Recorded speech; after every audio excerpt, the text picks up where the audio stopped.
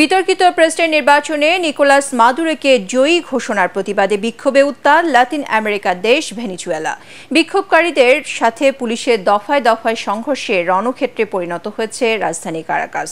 পুলিশের কাঁদানে গ্যাস ও রাবার বুলেটে বেশ কয়েকজন হতাহত হয়েছে। গ্রেপ্তার করা হয়েছে কয়েকশো বিক্ষোভকারীকে। আরও জানাচ্ছেন শরীফুল ইসলাম। গেল রোববার বিতর্কিত প্রেসিডেন্ট নির্বাচনে নিকোলাস মাদুরোকে আবারও বিজয়ী ঘোষণা করে দেশটির নির্বাচন কমিশন। কিন্তু ফলাফল প্রত্যাখ্যান করে ভেনেজুয়েলার রাজধানী কারাকাসের রাস্তায় নেমে আসে হাজার হাজার মানুষ। বিক্ষোভকারীদের অনেকে কয়েক মাইল হেঁটে রওনা দেয় প্রেসিডেন্ট প্রাসাদের দিকে। শুরুতে শান্তিপূর্ণ আন্দোলন হলেও পুলিশ তাদের বাধা দিলে শুরু হয় সংঘর্ষ।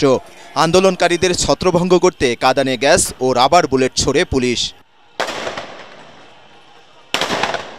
এ সময় বিভিন্ন স্থাপনা ভাঙচুর এবং অগ্নিসংযোগ করেন বিরোধী প্রার্থী গঞ্জালেজের সমর্থকরা। রাস্তা অবরোধ করে ভাঙচুর করেন তারা। পুড়িয়ে ফেলা হয় প্রেসিডেন্ট মাদুরোর প্রচারণা ব্যানার ও ফেস্টুন।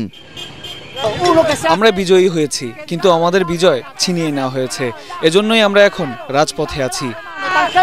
এদিকে নিকোলাস মাদুরোর জয়কে মিথ্যা দাবি করে নিজেকে বিজয়ী ঘোষণা করেছেন বিরোধী প্রার্থী এডমুন্ডো গঞ্জালেস।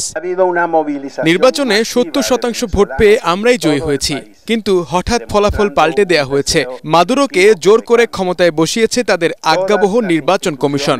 জনগণ তা মেনে নেবে না।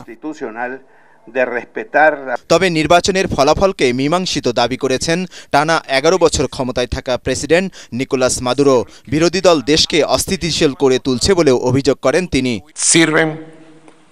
বিরোধী দল একটি রাজনৈতিক সংকট তৈরি করতে চায়। তারা জিততে পারেনি এবং পারবেও না। আমি ভেনেজুয়েলায় শান্তি চাই। আন্দোলনের সময় হুগো চ্যাভেজের দুটি ভাস্কর্য গুঁড়িয়ে দিয়েছেন বিক্ষোভকারীরা। প্রয়াত এই সমাজতান্ত্রিক নেতা ১ দশকের বেশি সময় ভেনেজুয়েলার ক্ষমতায় ছিলেন। মাদুরোকে উত্তরসূরি হিসেবে নিজ হাতে বেছে নেন তিনি। শরীফুল ইসলাম, এটিএন বাংলা।